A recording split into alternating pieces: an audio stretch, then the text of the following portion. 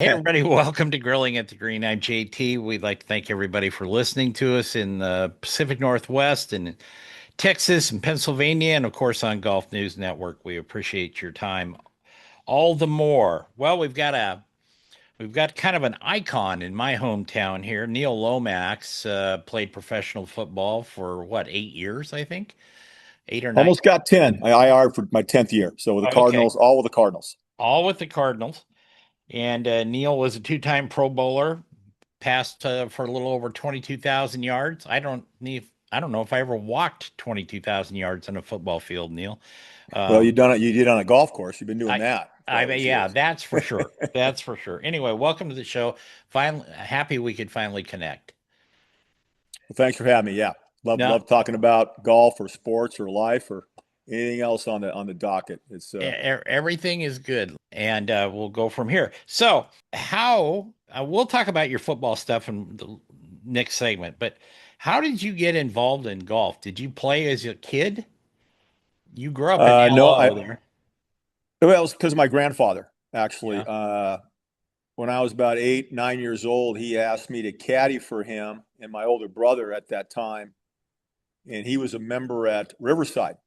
Mm-hmm. Him and my grandmother played in a lot of these senior events, a lot of Oregon, uh, different kinds of amateur events. Sure. I think he started asking me when he turned 55, I think, Jeff, or maybe even 60. And, my biggest memory was, besides just walking a beautiful golf course, was the food that you got at the turn or afterwards as a 9-year-old kid eating all those turkey sandwiches and hamburgers and hot dogs and all Oh that was yeah. pretty cool. But then I would get home and go in the backyard and pretend to be my grandfather hitting shots or watching TV. All of a sudden I started watching, and then Jack Nicklaus Yep. was on all the time in Yep. those days. And I go, man, I want to be like Jack Nicklaus. So I kind of caught the bug at about 9 years old. Yeah, I think that's pretty similar to mine. I found an old set of clubs in our woodshed, if you will, that my brother had left there when he went off to college and went out. And I grew up on a horse farm, so started hitting balls around the pasture, and then I got the bug, and I was stuck Yeah. from there on. From there on, what's the you have talked about memories with your grandfather and stuff. Is that one of your happiest memories as a kid, hanging out with grandma and grandpa and on the golf course? Yeah. I mean, that started the golf journey. But, Jeff, back in those days, it wasn't, you're talking about late 60s, early 70s. Right. Golf was not a top 10 for kids. I mean, I was baseball pretty much all spring and summer. Then the fall would come along and played little guy football. And then, of course, in the wintertime, you're playing basketball. That was kind of I think, the culture really in the Northwest or anywhere for Americana for kids at 9, 10 years old. And, Sure. you're old enough, people are old enough, for us being late 60s and early 70s, there was 4 TV channels, no social media, no phones. I mean, you were outside. I mean, you Yep. were outside every second you can get. You wanted to be outside. There's nothing on TV. Everything is boring, even the rain. So every once in a while, though, I'd go get my 9 iron, 10, 11 years old, and go in my back. We had a pretty good sized backyard and chip a little plastic ball around. But golf was not that important really till, I actually got out of college. Yeah. Yeah. And the other thing we did, Neil, is we drank out of a hose in those days. Yeah, when you got hot, it was cold. It was cold water. Tell us about you had for a number of years the Neil Lomax quarterback shootout over at Heron Lakes, which if you're not familiar with the Portland area, it's up north, just across the border from Vancouver on the south side of the Columbia River there. And I'm not setting you up on this, but I do have a question. Back, Jack Trudeau hit a hole in one on 16 at one of the Yeah. tournaments. And I know that because your tournament photographer, or he was shooting for the Oregonian, is my golf partner. And I'm Huh. and like that. And so he asked me to ask you if you remember that hole in one that Trudeau made. Well, I certainly do. It was the highlight, not just of that day, but I think of all the future events. First of all, people ask, well, who in the heck was Jack Trudeau? Well, he had quite a career at Illinois, and then with the Indianapolis, he was with the Colts for a Hmm. while. But man, I tried to get every quarterback I could from John Elway and Steve Young down to the Jack Trudeaus to play.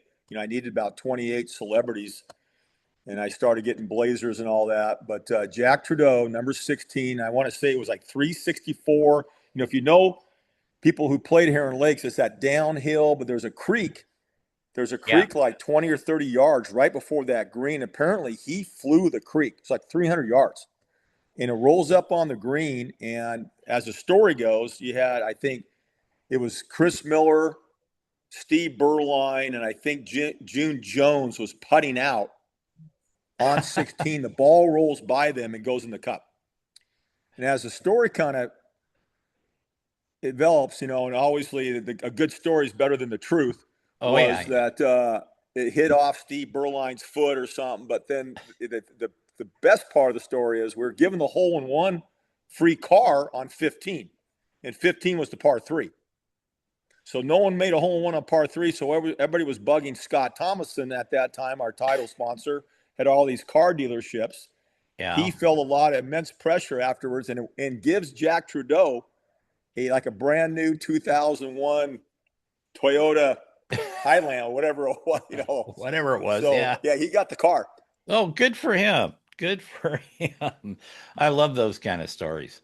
I really do. I've been fortunate to play in a few pro-ams, and when I worked with Steve, we filmed a lot of them, or shot them, like that. And they're always full of characters, Oh always yeah. full of great stories. If you ever get a chance to play in one or even go watch one, it's worth your time.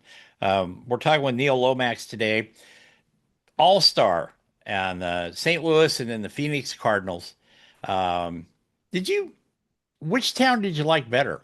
Phoenix or St. Louis? I mean, you spent more time in the St. Louis area, obviously, but We did, but actually, well, now you're setting me up here, Jeff. So I'm gonna, like a politician here, I'm gonna lose 50% of my votes here if I say one and gain 50%, say the other. You got to be careful, I guess, and play the political game. But I think all of us, the entire franchise in St. Louis, needed a change, and our owner at that time was getting three or four offers from different cities. And we weren't very good. I mean, let's just face it, the baseball Cardinals ruled the city. I mean, the St. Louis baseball Cardinals won a couple World Series in the 80s. They were the most yeah, they were owned by Augie Bush, Anheuser-Busch. They basically owned the city of St. Louis. sure. You better be drinking Budweiser if you lived in St. Louis. Yeah, So, that's true. uh, or go bowling or something. Anyway, it had to be done, and that was the owner's choice. And I didn't mind. I wanted to stay there and play. I wanted to win. But that NFC East back in those days, people remember. I mean, you had the New York Giants just won Super Bowl, Washington Redskins won three, Dallas Cowboys won, and the Philadelphia Eagles. And we were just a stepchild of the NFC East. And moving, he had to do something. And obviously, money's the Sure. motivator, right, Jeff? I mean, Yeah, it's yeah, nothing's changed. It's capitalism. Got to love yeah. Yep. America. Yep. And Phoenix gave him the best offer. We all moved to Arizona in 1988. Well, I actually lived when I got out of high school, I moved to Scottsdale. I, I Okay. was I was going to school in Pomona, East LA, but I worked in Scottsdale. And in those days, you could get a round trip ticket from Ontario to Phoenix and back for 29 bucks. Yeah. Right. So I was over there every weekend working and doing that stuff. And I have a deep affinity for that area. But I know that when the Cardinals came in there, it really changed the sports dynamic of the Phoenix area. It really Well, did. not just that, it changed my golf Yeah. perspective too. If anybody knows Scottsdale, well, Yeah. who's there? One of the first, I met so many really, really cool people when we moved down there. Jerry Colangelo. But hey, how about that? Meeting Karsten Solheim Yeah. at the Phoenix Open. Back those wasn't the Waste Management; it was still the Phoenix Open, and they moved the event from the Phoenix Country Club to TPC Stadium course. First year, Yep. 1988. Yep. And I meet Carson Solheim. I get this big bag, Jeff, this beautiful Ping bag. Ping I2 irons, Ping all set up, Neil Lomax, Phoenix Cardinals. And, Wow. I probably went from an 18 handicap to a 6 Yeah. within a year playing Yeah. all Oh, those yeah. courses. So it's a pretty good move for us golf wise. Well, I would say when I moved there right out of high school, of course, was in the mid 70s, and the McCormick Ranch out on Scottsdale Road was the Yep. big course at that time. And Yep. by the time I kind of stopped doing what I was doing, there must have been 15 other golf courses there. Now Troon wasn't there, or Blackhawk, or any of those, or Greyhawk. I mean, any of those Greyhawk. up there yet, but just there on the valley floor, it exploded. It, Sure it did. yeah, it really, really did. Hey, we're going to take a break here on Grilling at the Green. We want to thank the folks at Birdie Ball. By the way, Birdie Ball just got in Colorado, the Colorado Business to Watch. So John Breaker and his crew back there in Evergreen that support this show and a lot of my crazy endeavors. Congratulations on that. And Neil and I will be back right after this. Don't go away. Welcome back to Grilling at the Green. I'm JT. Today we've got Neil Lomax with us, another friend of yours. See, I know a lot of people that know you, and we've never really. Or they think they do. They think they do. This was I one owe of money, Jeff. this was one of your PSU classmates who went on to work in the radio business for many years, Al McCutcheon, and he sat next to you in a algebra class or a math class or something, and he said everybody was having a little trouble with whatever the assignment was, and you looked at Al and said, "Do you know how to do this?" And he said, "No." He said, "You looked at the girl to your right and said, 'Do you know how to do this?' She said, 'Yes.' He said, 'You just grabbed her desk and pulled her over like that, and she helped you with it. Wasn't a test, it was just a work assignment type thing.'" But he's got a cute story about that too. So you made an indelible mark, Neil, I'm at not stupid. PSU She's there. probably really good looking too. Probably, that's the deal there. How much golf do you play these days?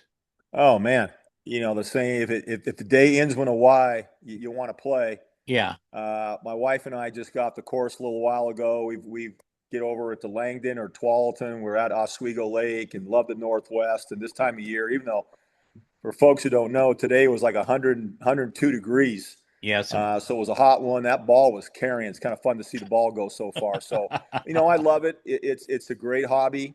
My standard is high. Yeah. I always kind of say I used to be really, really good. Now I'm just a frustrated 4 to 6. It's just frustrating. This game will just eat you up, but it's so fun to play.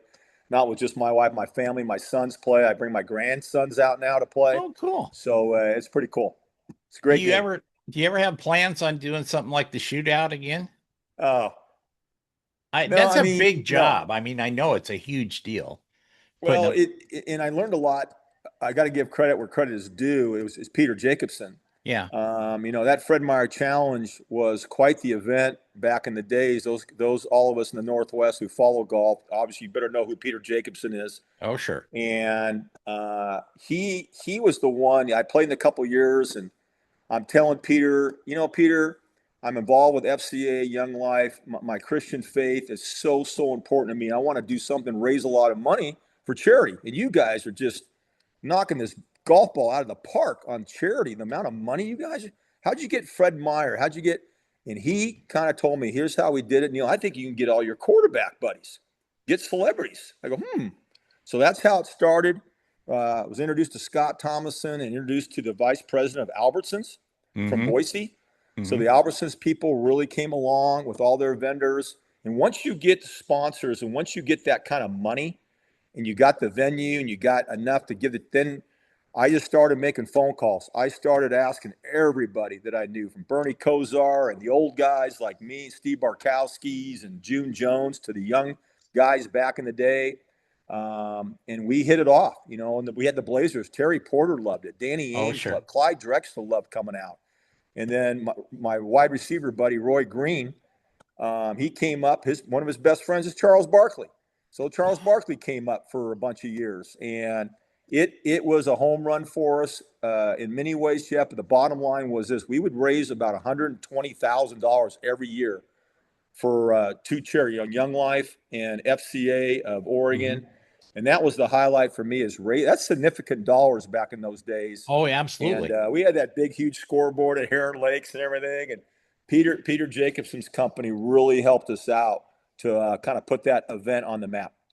Yeah, Jake knows what he's doing when it comes to It that is. stuff. Yeah, he's done really remarkable work, not only here locally, like you said, with your event and the Fred Meyer Challenge and all that, but he's done other tournaments for many years. I don't know if he's doing so much of that now since he's gone to NBC and doing that, but he did for a long time and Yeah. he raised a lot of money. I've kind of followed in that footpath a little bit. I do this thing with this hat I've got on called the North Valley Challenge. It's a series of tournaments, and we kind of help veterans. We get some sponsors to sponsor some veterans teams to come play in these events and then we help raise the money for the nonprofits that actually put on the events. So and I can tell you just at my limited personal experience, it's a big job to do that stuff. It's huge. So Well, and for me, in those days, I was kind of still playing. I was in my eighth or ninth year, and what happened? The golf boom hit. Let's face it, it's a little before Tiger. I mean, still was 89, 90, yeah, 91 before Tiger came on the scene and made everything cool for every athlete.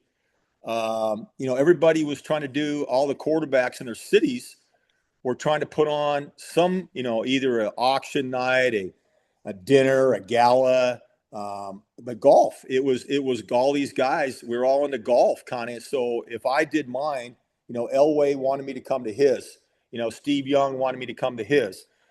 Jim Kelly flew me out to Buffalo to play in his. So he would get it. We all, yeah. the quota of it was, you scratch, and it worked out really well. It made us a busy off season, but a lot of golf. But everybody started doing these fundraising tournaments and raising a lot of monies for their foundations, which is great. How's the hip? Hey, I can still make the turn. I can There. get going. It hits all right. I put a new left one in about 3 years ago. The first one lasted 30, 31, 32 years. That's a long time. So the new one's about 3 years old. Just a little, oil lube job in there, some new screws, little titanium, and I think it's a stiff flex. I think I got a stiff, so it's all good. Yeah, I got two new knees over the last 3 years, and they're regular flex, but I'm almost completely up to speed. But that's if you don't know what we're talking about and you're not our age, wait till you get our age. Then Yeah. you'll know. Absolutely like that.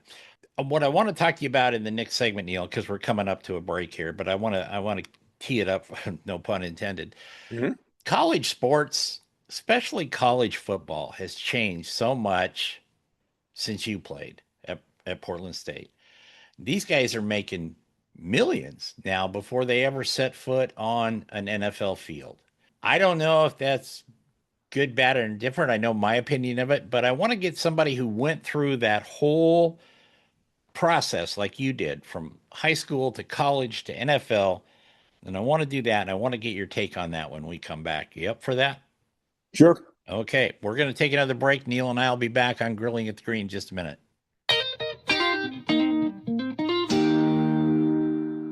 Welcome back to Grilling at the Green. I'm JT. We have got Golf News Net.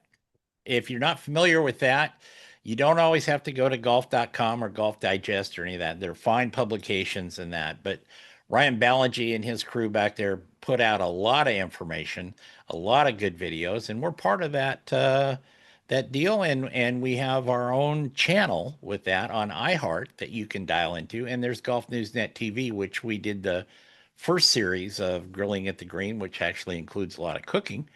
And we're working on the second season now. So I just want to bring that to your attention if you're listening. So, Neil, what we teed up at the before we went to break,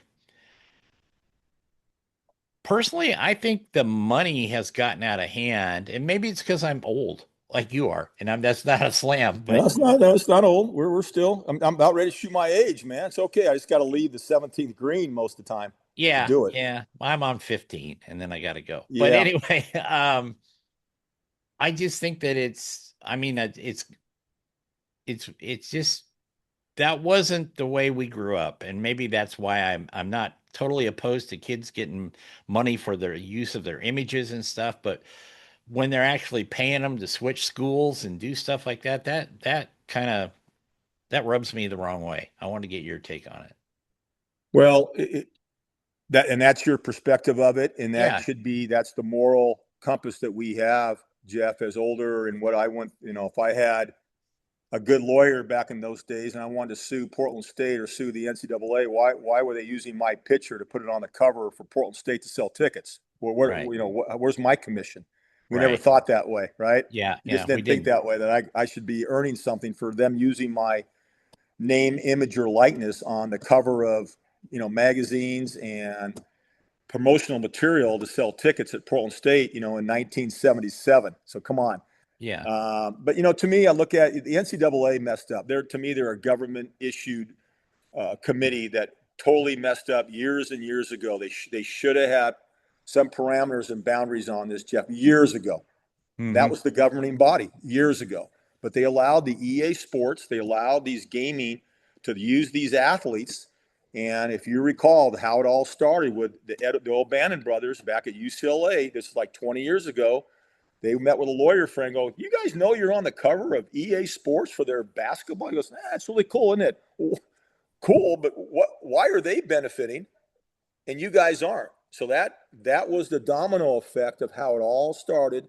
They should have had something in place. They should have been given a contract, or UCLA or the NCAA. You can't use current players, Yeah. correct? You shouldn't be Right. able to use some players. So it's all culture. It's all subjective. I mean, I'll ask you this, Jeff. So you talk about what's kind of for the money. What do you think my signing bonus was? The second quarterback picked, 32nd pick overall. What do you think my signing bonus was in 1981? $35,000. A little better than that. Okay. I'm just but throwing some. but you know where I'm going. So I got Yeah. 100 grand. Yeah. I signed for 125, 150, and 175.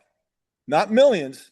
Yeah. So you're looking back in those days going, oh my God, where do I sign? Yeah. Yeah. Oh, yeah. Are you kidding me? Yeah. I mean, I had a Ford Mustang 1980 and living in a part, I'm taking it. So you fast forward now and that's just their fines. They get fined Yeah. that much.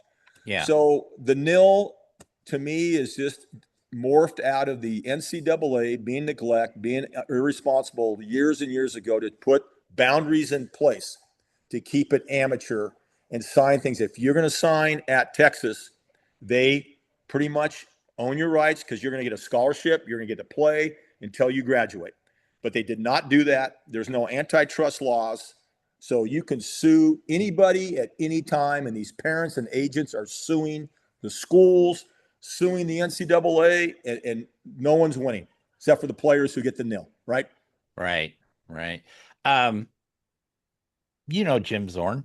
Yeah. Yeah.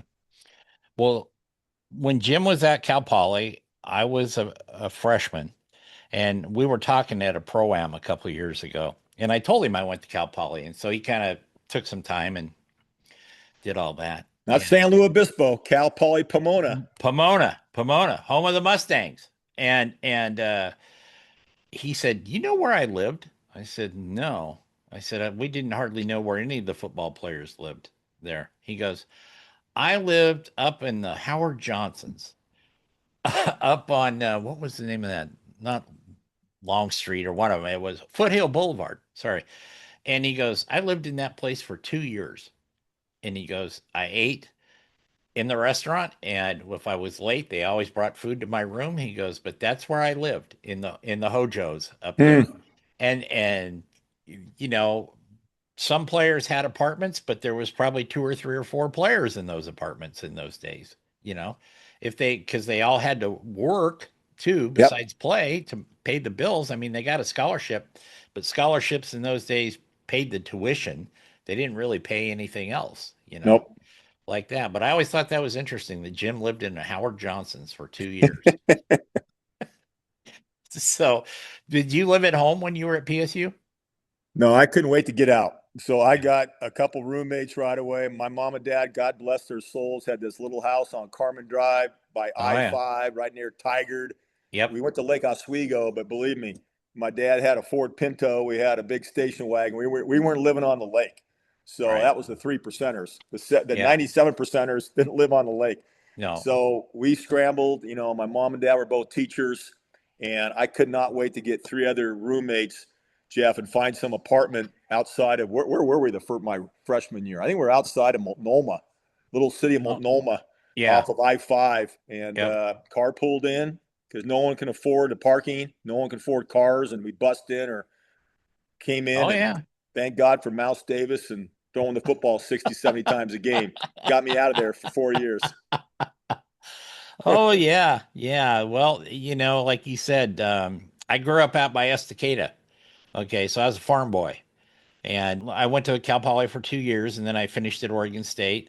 But, and even now I had some scholarships and stuff, but I still had to work, But like you, when I was 18, I hit the road to Arizona because I had a job there. And then I would commute back and forth, and I lived in the dorm at Cal Poly like Yeah. that. And the only thing I didn't like that, because Cal Poly Pomona was I think it still is a big commuter college, right? Because they have these huge parking lots that they used to have riots in on the weekends. But I didn't have a car the first year. I was stuck there unless I could mooch a ride You with know our story with Cal Poly in 1980? Cal Poly Pomona? Do you know about this? you beat them like No, 63 to nothing or something, didn't you? no, that was halftime. That was halftime. Oh, So God. you know who your football coach was in 1980? No, I don't. Roman Gabriel. Was it really? Roman Gabriel was the head football coach at Cal Poly Pomona. He brought his team up. He called us a bunch of playground, backyard kids that can't play against real football teams. 93-7. He would not shake our hand walking across the field after he would not shake Mouse Davis's hand. He walked right by us. And I loved, I mean, Roman Gabriel, Bart He was a Starr, star. Roman Gabriel, Roger Staubach. Yeah. So after So that, did you, there's your Pomona story. Put that in your hat. okay, buddy. Did you ever invite him to the shootout? Heck no. Heck no. He's on my do not send a Christmas present list. No There, presents for Roman. is he still alive? Ooh, I do not think so. But Yeah, he's got a kid that does something, and I see that. anyway, he was your Whatever. football coach at Cal Poly Pomona, 1980. Oh my He didn't word. last long. That is funny. I didn't know that part of the story. I knew you guys blew him out of the water, but I didn't know that. I mean, Pomona, Cal Poly, San Luis Obispo, we got them all.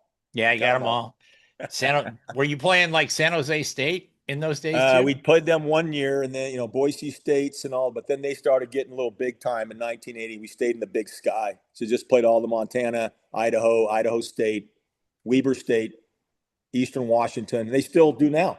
But that Yeah. it's the Big Sky Conference. Did they have the blue field at Boise in No, those not in days? those days. That thing gives me a headache when I watch it. No, I I watch don't. their games, but I don't think they did back in 1980. I can't remember where. Maybe we didn't play them in Boise. Maybe they came to our. I can't remember. it doesn't matter. But I just those are some great stories, Neil. But I didn't know that about Roman Gabriel. I honestly You didn't. look that up. Seriously, Google that one. Yeah, because I was gone from there by then. I was back up here, Okay. and I was like, holy Now moly, go back to history books and Cal Poly. Look up 1980 season, and Cal Poly came to Portland State. I will do that. Neil and I are going to take another break, and we're going to come back and wrap up the show. Again, we'd like to thank Golf Newsnet and also our friends at Snell Golf. I missed that the last one. Their new PR3 and PR4 balls, tour quality balls at consumer prices direct to you. I've been playing with them now for, I don't know, 5 years. I really love them. So go to snellgolf.com. Neil and I will be back. Don't go away. Welcome back to Grilling at the Green. I'm JT. We're very fortunate to have Neil Lomax here on the show with us today. Neil, big time football player. St. Louis Cardinals, Phoenix Cardinals, Portland State Vikings. That may not ring a bell with you, but it does if you live out here.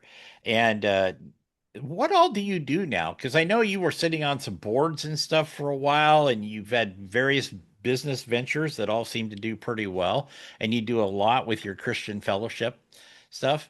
But how do you fill up your days? Well, being a great grandpa is kind of the joy of my life now. I'm Poppy, the big Yeah, Poppy. So Lori and I are on 42 years of marriage and loving our good for you. grandkids, and got to coach so many high schools throughout the years, and then had 4 years at George Fox with Coach Chris Casey. Yeah. Everybody kind of knows his brother Pat, who had quite a run there at Oregon State with baseball. Pat would come a lot to our practices, give speeches, and what a neat family. Loved Coach Casey for 4 years. Been just kind of mentoring coaches at different high schools. I live about, you know, 5-10 minutes from Tualatin, Tigard, West Lynn, Lake Ridge, Lake Ott, the whole Three Yep. Rivers League. I got to do a lot with their coaches, spend some time. So football's still a big part. But yeah, I still love doing fundraising for Young Life or Fellowship of Christian Athletes on their Yeah. boards. And we do an event at Top Golf. And, all of a sudden that 24 hours goes, but still, we got 6 acres out here. I'm a frustrated farmer, like a frustrated golfer. I just love going out and killing things and growing things and riding a tractor. But playing golf's still a big deal. I love. Everybody knows this. It's one of those the individual sports that just hooks you because playing a team sport, Jeff, for so many years, and there's nothing like. I mean, football, America's everybody loves watching it, but the team sport element, you got to rely on so many other people. You just Yeah. got to. Your skills are great and everything. The quarterback gets way too much credit. And conversely, the quarterback gets way too much blame. That's why they get the big money, the big bucks. And the coach gets fired first, and then it's the quarterback. But in golf, as we all, there's only It's one just you. person that you Just can blame. One person, it's you. And that's just, I think that's something about a lot of athletes who play team sports gravitate and are attracted to the game, Jeff. And how competitive is it? Because what percentage of golfers in the world shoot par or better? What is it, 3%? yeah, like three and a Two half or percent. 3%. Think Yeah. about that. So the 97% of us are always struggling one day to do that. And on a consistent basis, it just makes the joy of it. Like I got that one, and that one great shot Yep. always brings you back. That always brings you back. I did one of those just the other day. We were playing in a benefit tournament, and one of the guys I played with, we were out, I don't know, 170 yards or something, and he hit it on the green, and he kind of looked at me and smirked. We were needling each other all day, and I took my little 5 wood and just ran it right up there and put it about 3 feet from the cup. Woo. And now, do I do that every time? No, but it was the perfect timing right then, Neil. It was the perfect timing to give him some jazz and to actually look like I could hit a ball once in a while. Yeah. So that was really perfect. Give us your overall take before we go. We got a couple minutes left on golf and kids. I'm a big proponent of that because I think it helps kids with discipline. You were just talking about that. It's you and the sticks and the ball. That's it. You can have coaches, you can get lessons, but when it comes out there to playing, it's just the individual and that. I've been a big proponent for a long time that I think it's good for them. Teaches them some, mental and emotional discipline, and going forward in life, in those formative years. But I'd like to get you look at things from a true top professional athlete's viewpoint. I'd like to get your take on that. Well, what better use of 2 hours to go take your 5 or 6 or 8-year-old son or even 3-year-old son on a golf course just for 9 holes at the children's course or a smaller putt course. They have this course over here going out towards Canby Ferry in West Lynn called Shortland, Yep. and it's a field turf, tee boxes, turf greens. It's par three, longest hole, 120 yards. But what more joy can you give a father than taking his daughter, his son, and a grandfather taking his grandson, granddaughter, 2 hours for 9 holes or 4.5 hours. Yep. And plus, Jeff, as you know, those 7, 8, 9-year, they love driving the carts. So go Oh ahead and yeah. take a cart. Take a cart Yeah. and make sure you get hot dog. Make sure you get really good food. Give them the candy bar. Give them a Gatorade. Make it so fun that hitting a golf ball is secondary. And you're spending time outside in this social media video world, the screen Oh yeah. time world that we live in. Take a break, mom or dad, and mom too. Mom, take them out. Take Yeah. them outside. Go for it. Enjoy the walk. I don't care if it's a birdie or a bogey. Enjoy the walk. And boy, there's no better quality time to do that with your family. Yeah, I agree. I agree. Neil Lomax. I'm gonna con Neil into sticking around for a few more minutes. after the regular show for our after hours. I've got his questions right here. Anyway, Neil, thank you very much. How can Okay. people find you? Do you, if they want to support any of your endeavors? Well, that's the whole key. I try not to be found. Okay, well Somebody then might we'll buy just golf let ball. that. No, I'm around. I got my It's Neil Lomax at me.com. I'm not, LinkedIn and Instagram and X. I'm not into all that. I'm just not, there's no, I'm really not this guy that's out there trying to, get the YouTube video or Yeah, show my old highlights. But, I love just being available to local coaches for high school, the coaches and the golf teams, coming out, just speaking to the kids on the golf team. And, but, hey, look how you found me. Our connection with yeah, Dave Grill, yep. old good friend of mine from way back. His dad was my football coach. So That's what he said. Yeah, he should get a little commission for that nil, right? yeah, he should. He should. But he might try to collect it. That's the problem with Dave. That's all So right. anyway, Neil, thank you very much, folks. We'll be back next week. Don't forget, we've got the Portland Classic, the LPGA Standard Portland Classic, coming up in about 3.5 weeks now. We'll be broadcasting live from there this year, 4 days, and all kinds of fun stuff. So, Neil, thank you, folks, for More welcome. listening. Thank you. And Neil's going to stick around for after hours. So, until then, go out, play some golf, have some fun, but most of all, be kind. Take care, everybody.